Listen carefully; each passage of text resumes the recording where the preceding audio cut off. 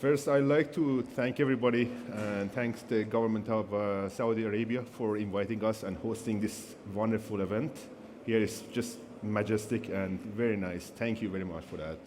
And let me start off by saying the future of mining is green. You have to mine for the green environment and you have to mine greenly. So with that, we are starting with our project, presenting our project. We are the first iron project in Canada that we are going fully integrated in a green manner. So with that saying, from the mining to producing the steel, we are all going with renewable energies and with green hydrogen. So let me dive in quickly. This is a disclaimer. As the previous speaker was talking, there's a lot of forward-looking statements here, so I spare you from reading it. The Canadian iron. Canada is the 8th producer of iron ore in the world. And 99% of Canada's iron comes from Labrador Trough, which is a little boot-shaped region in the eastern part of Canada by the Atlantic. And as you see here, there are lots of operations right here in this whole region. So you will have Montrite, you will have ArcelorMittal's Montrite, you will have Rio Tinto's Iron Ore of Canada, you have Scully Mine, you have Carroll Lake. So all of these operations are right now operating. The latest is Champion Iron Ores with their Bloom Lake operations, and they have started producing, and they're going with Kami Lake as well. So we are right here in the center of the action.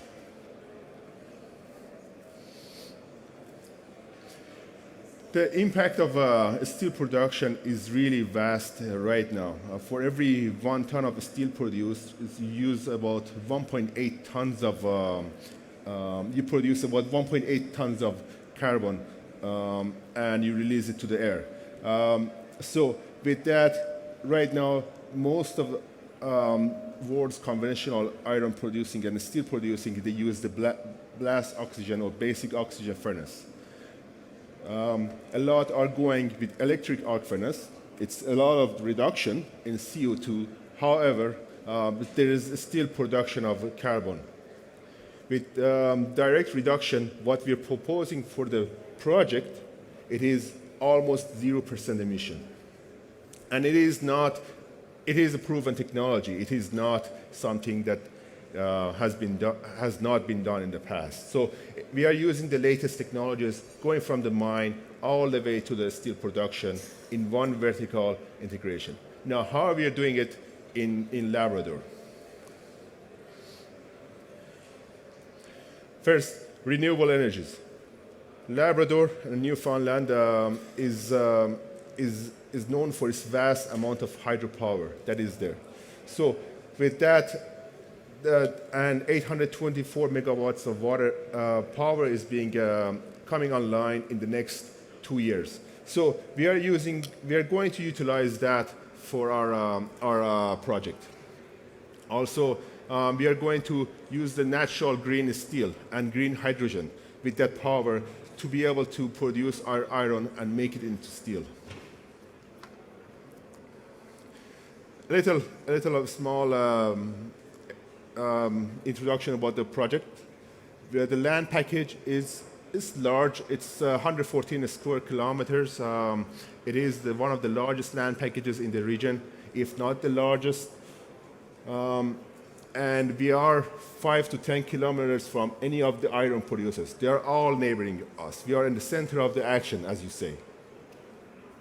We are about 8 kilometers from the town of Labrador, so that is an amazing factor for us to access the labor and infrastructure. Our assets we have about 700 million tons of exploration target identified within the project, within our last 43-101. So that is a long life asset. We have 16 kilometers of identified iron formation. So it takes a lot of resources, as you know, to develop all that land package. However, we are starting with a modest project and expanding into the next 15 years. Our next is 824, as I mentioned, 824 megawatts of net renewable hydropower. And we're going to use that to produce clean hydrogen or sustainable hydrogen. And that enables us to be the largest green hydrogen producing in Canada. The renewable advantage, as mentioned, the Labrador project, we are right here. As you see, this is the Atlantic Ocean. We are right on the border of Quebec and Newfoundland and Labrador.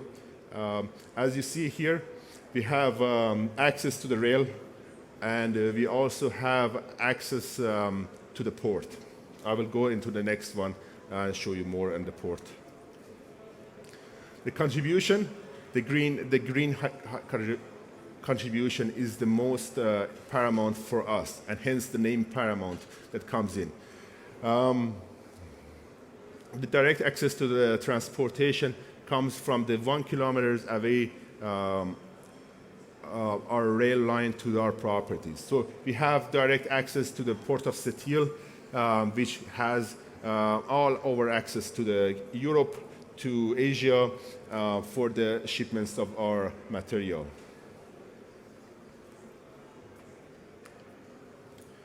Project, we have done advanced geophysical works. To date, almost $30 million has been spent on the project. We are still private. We have several investors that are working with us, but at some point in the next 6 months to a year, we are going public with our project. So we've done the advanced geophysical works in 2013, 2014.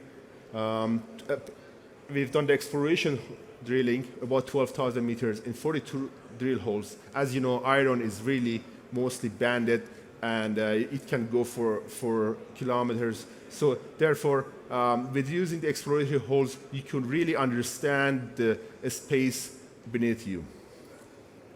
And we've had excellent thick intersectional irons, more than 100 meters discovered within this campaign. Our comparisons. The red Paramount iron, we are private. The project is called Lac Virat, an exploration target of 500 to 700 million tons. And our products will be hydrogen, direct reduction iron feed, and steel. Champion, our neighbors, their market cap is about $2.3 billion Canadian. 100% equity. They have the Bloom Lake and the Kami projects. They are coming online. They bought the projects for CLF in the past 5 to 6 years, and they are successfully advancing the projects into production. Right now, they have about 1.4 million tons of iron. Rio Tinto, that's the massive behemoth company that is there in the region. They are a market cap of 41. I don't need to talk about that. Carol Lake, that's their project, that's our neighbor, and 1,400 million tons at 38% iron. Takora, same thing, Scully Mine, and almost the same amount of, almost half of our potential target. And ArcelorMittal, of course, is there, same thing, and they are massive as well. So we are there, but our land package speaks to the exploration potentials of this to become the next ArcelorMittal or next Rio Tinto. That is the big vision. Now, we have a high-quality iron formation. It's stated in the with very low phosphates, and it is very scalable because of the capital flexibility of the project. It's very flexible for us because we are close to the railroad, because we are close to the power lines, within 2-3 kilometers of the power lines. We are close to the city. So every infrastructure is placed for us rather there, and we are just happy to be there. The quick outline of the project. In the 50s and 70s, there was very minor exploration by IOC, Rio Tinto's, Iron One and Ridge One Iron Ore. In 2012, 2013, they spent a lot of money exploration on the project, and we acquired the project in 2019 to 2020 fully acquired it, 100% ownership with 2% net smelter return. Geophysics, as you see here, only 3 of the 8 targets have been drilled. We have done a major geophysics campaign. $3.6 million was spent on it in 2012, 2013, and we have come up with 8 targets. Now, we only have drilled only 3 of them. So, drilling to date, about 12,000 meters, 42 drill holes. I will show you the next one that it will potentially excite you more. Now, this one shows you almost how thick this ore body potentially can be, the exploration target. I can't call it an ore right now, but it is the mineralization zone. We have even, we've been very courageous to put even open pit examples on it as very, very low stripping ratio of 0.7 to 0.8. So it is, as a mining engineer, I'm a mining engineer myself, when you see a 0.7, 0.8 stripping ratio, is really exciting. It essentially means you're not moving any waste, and it brings your cost absolutely to the lowest. The exploration targets identified, we need to drill further to make this a maiden resource. So we need to do infill drilling here, and that's what one of our fundraising campaigns are, to find the partners to be able to go drilling further, and also drill the areas that are potentials for the advancing and increasing the resources of the project. The timelines, in 2021, we've done the project and team setup. We have a combination of both very enthusiastic young mining engineers, young technical people, young marketing, and also with a big leadership in the back behind of very experienced people from Rio Tinto, from ArcelorMittal, from Tech Resources. So they're all working behind providing the leadership here for us. So we've done that. The environmental asset baseline studies will be done this year. The magnetic surveys will be done this year. And we will be working on a PEA report and IPO this year. So that's very, very aggressive target, but we've done a lot last year during the pandemic, and we are going to do that again in 2022-23. So 23-24, we are going to continue the environmentals and issue a feasibility study. So we are going from PEA to FS within 1.5 to 2 years. In 24-26, we obtain the permit to construct, project financing, and project feed. And in 27, we are hopefully, or as you say, inshallah, we are going to go into production. That's my contact. Happy to answer any questions afterwards. Thank you very much for your attention.